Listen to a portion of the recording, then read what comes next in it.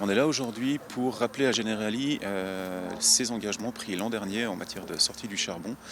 L'entreprise avait annoncé un plan charbon qui était très ambitieux et qui suivait en fait les objectifs de l'accord de Paris.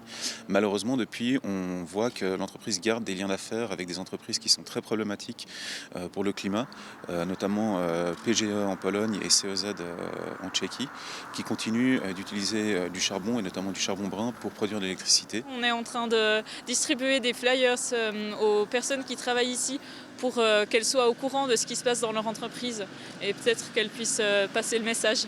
Un message que vous avez souhaité également transmettre à la direction, comment ça s'est passé? Alors, on a essayé de remettre une lettre à la direction. On a une responsable des ressources humaines qui est venue prendre la lettre très gentiment et qui nous a dit qu'elle allait la transmettre à la direction de l'entreprise ainsi qu'aux différentes personnes acquis de droit.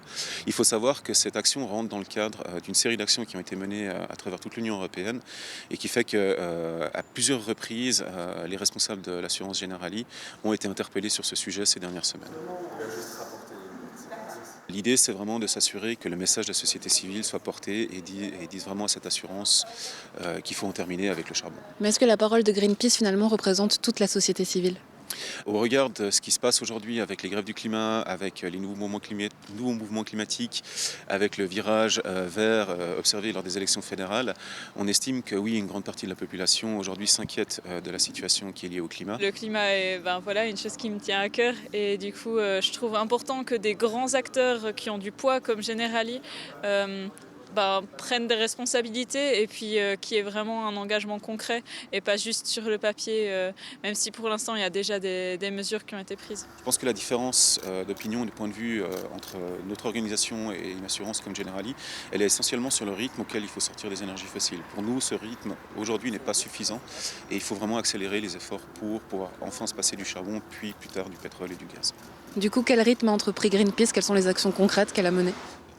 Écoutez, nous, on interpelle les entreprises, on interpelle les États, les gouvernements. En l'occurrence, pour le cas de Generali, c'est un dialogue, c'est-à-dire que quand en novembre 2018, Generali a annoncé ses nouvelles lignes directrices sur le climat, on les a félicités. Sauf erreur, le communiqué de presse de Generali en Italie avait même une citation de quelqu'un de Greenpeace. Donc on est prêt à collaborer avec ces entreprises, ou en tout cas à les accompagner dans le processus. Mais effectivement, quand il y a quelque chose qui nous déplaît, quand on voit qu'il y a un paradoxe ou quelque chose où ça coince, c'est notre responsabilité en tant que Greenpeace de faire un peu des actions un peu coup de poing comme ce matin ou comme d'autres actions qui ont été menées notamment à l'Assemblée générale de Generali.